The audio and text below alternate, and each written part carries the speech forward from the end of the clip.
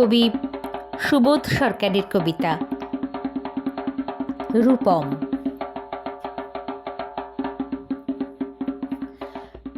রূপমকে একটা চাকরি দিন, এমএ পাস, বাবা নেই, আছে প্রেমিকা, সে আর 2-1 মাস দেখবে, তারপর নদীর এপার থেকে নদীর ওপারে গিয়ে বলবে, রূপম আজ চলি, তোমাকে মনে থাকবে চিরদিন।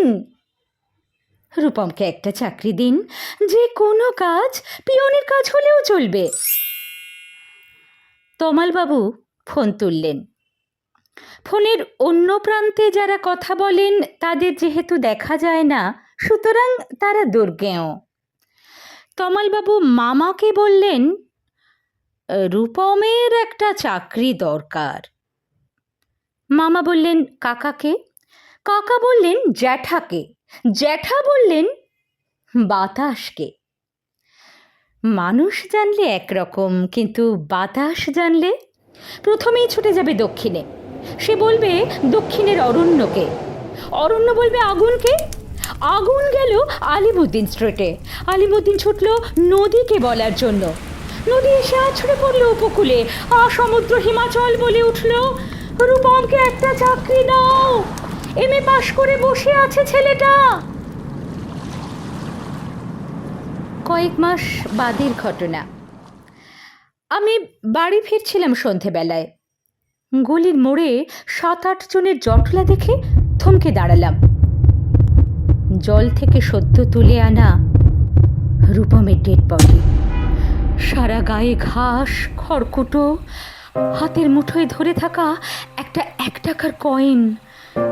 পাবলিক বোর্ড থেকে কাউকে ফোন করতে চেয়েছিল রূপম। ভারত সরকারের 1 টাকার কয়েনের দিকে আমার চোখ। সারা গায়ে সবুজ ঘাস, ঘাস নয় অক্ষর। এমএ পাশ করতে একটা ছেলেকে যত অক্ষর পড়তে হয়, সেই সমস্ত ব্যর্থ অক্ষর ওর গায়ে লেগে আছে। একটা ছেলেকে কেন আপনারা এমএ পড়ান? কোন আহ্লাদে 8খানা বিশ্ববিদ্যালয় বানিয়েছেন, তুলে দিন। এই কথাগুলো বলবো বলে ফোন তুললাম। ফোন বেজে উঠল, ফোন বেজে চলল, ফোন বেজেই চলল।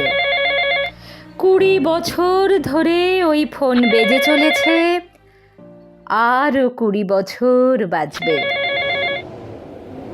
বাতাস বলছে অরণ্যকে, অরণ্য চলেছে নদীর দিকে, নদী উপকূল থেকে আছড়ে পড়ে বলল, রূপমকে একটা চাকরি দিন।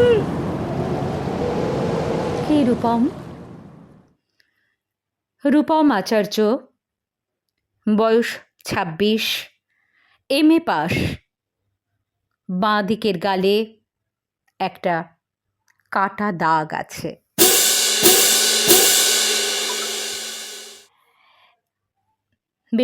বেশ কয়েক বছর আগের লেখা কবিতা।